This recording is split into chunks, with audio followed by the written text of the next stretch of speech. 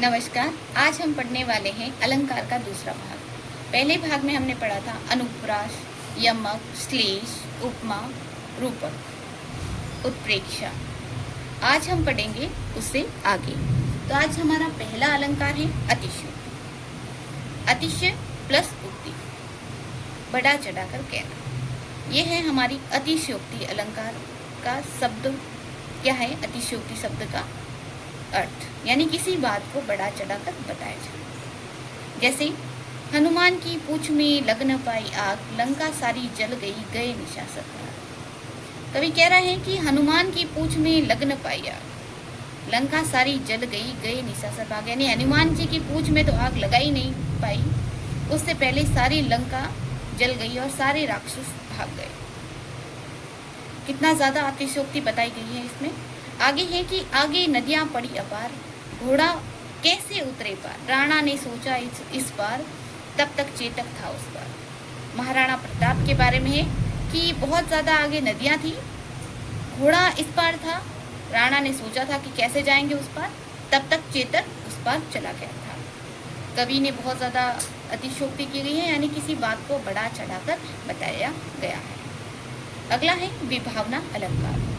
जहाँ कारण न होते हुए भी कार्य का होना पाया जाता है, वहाँ विभावना अलंकार होता है। अर्थात जहाँ कार्य तो पूरा हो लेकिन कारण या साधन का अभाव हो, विभावना अलंकार है। यानी उदाहरण है, ये एक प्रकार का अर्थ अलंकार है कि बिनु पग चले, सुने बिनु काना, कर बिनु करे, कर करे विधि नाना, आनंद रहित सकल रस भोगी, बिनु वाणी वक्ता बड़ झूठी। यानी बिना साधन नहीं है यहाँ पे कि बिनु पग चले, यानी बिना पैर के चला जा रहा है, सुने बिनु काना, और बिना कानों के सुन रहा है। कर बिनु कर्म करे विधि नाना, यानी कर्म करे बिना ही वो बहुत सारे कार्य कर रहा है। आनंद रहित सकल रस भोगी, और बिना सिर के बहुत सारे रस का भोग कर रहा है। बिनु वाणी वक्ता बड़ जोगी, यानी बिना वाणी के ही बहुत सारे वक्ताओं को वो वाहवाही लूट रहा है। यानी बिना साधन नहीं है, कारण नहीं है और कार्य हो रहा है। ये हो गया हमारा विभावना अलंकार। अगला है वक्रोक्ति अलंकार। प्रत्यक्ष अर्थ के अतिरिक्त भिन्न अर्थ समझ लेना वक्रोक्ति अलंकार कहलाता है। या वक्ता द्वारा कही गई बात को श्रोता द्वारा जानबूझकर अलग अर्थ अर्थात भिन्न अर्थ निकालना। यानी कोई हम कह कुछ रहे हैं और अगला सुन के उसका अर्थ कुछ और निकाल रहा है, वह वक्रोक्ति अलंकार होता है। उदाहरण है इसका, कौन द्वार पर हरि में राधे, क्या वानर का कामिया। हरि श्री कृष्ण राधिका से मिलने आते हैं और श्री कृष्ण दरवाजे पे खड़े होते हैं, दरवाजा बजा रहे होते हैं और कहते हैं, राधिका पूछती है कि कौन द्वार पर। हरि बोलते हैं कि मैं राधे। तो राधे बोलती है, हरि क्या वानर का कामिया। यानी हरि वानर को भी कहते हैं, तो कहते हैं वानर का काम यहाँ क्या है, जाओ। इस तरह से वक्ता द्वारा कही गई बात को श्रोता द्वारा जानबूझकर अलग अर्थ निकाला जाता है। अगला है हमारा दृष्टांत अलंकार।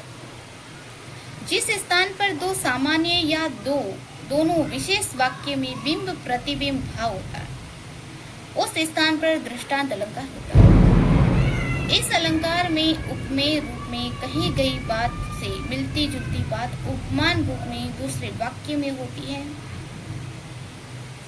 ये एक अर्थ अलंकार है कि एक म्यान में दो तलवारें कभी नहीं रह सकती है, किसी और पर प्रेम नारियां पति का क्या सह सकती है। यहाँ पे बताया गया है कि यहाँ एक म्यान दो तलवारों का रहना वैसा ही असंभव है जैसा कि एक पति का दो नारियों पर अनुरक्त। यानी केवल एक समय किसी एक साथ ही रह सकते हैं, एक व्यक्ति का दूसरे के प्रति अनुरक्त होना भी सही नहीं बताया गया है। यहाँ पे बिंब प्रतिबिंब भाव दृष्टिगत होता है। इसी तरह से सुख दुख के मधुर मिलन से ये जीवन हो परिपूर्ण, पीर घन में ओजल हो शशि, फिर शशि से ओजल हो घन। अर्थात यहाँ पे सुख दुख और शशि घन की में बिंब प्रतिबिंब का भाव है, इसलिए यहाँ पे भी दृष्टांत अलंकार होगा। अगला है हमारा भ्रांतिमान अलंकार। नाम से ही पता चल रहा है कि भ्रम पैदा हो रहा है, भ्रम उत्पन्न हो रहा है, दुविधा हो रही है। ये एक प्रकार का अर्थालंकार है। नाक का मोती अधर की क्रांति से, बीज दाड़िम को समझकर भांति से, देख सहसा हुआ सुख मौन है, सोचता है अन्य सुख ये कौन है। कि नाक का मोती अधर की क्रांति से, मतलब नाक में जो मोती पहना हुआ है, बाली पहनी हुई है, उसको जो तोता होता है वो दाड़िम समझ लेता है। उसकी कांति इतनी तेज होती है और उसमें जैसे ही आता है तो उसने अपना चेहरा दिखाई देता है, तो वो सोचता है कि अन्य अर्थ सुख कौन है जो ये लिया हुआ बैठा है। यहाँ पर जानी, मानी, समूजी, भ्रम, भ्रांति ऐसे शब्द आए तो वहाँ पे भ्रांतिमान अलंकार होगा। धन्यवाद। आज की ये थे हमारे अलंकार की कक्षाएं। उम्मीद करती हूँ सभी को अच्छे से समझ में आएगा। धन्यवाद।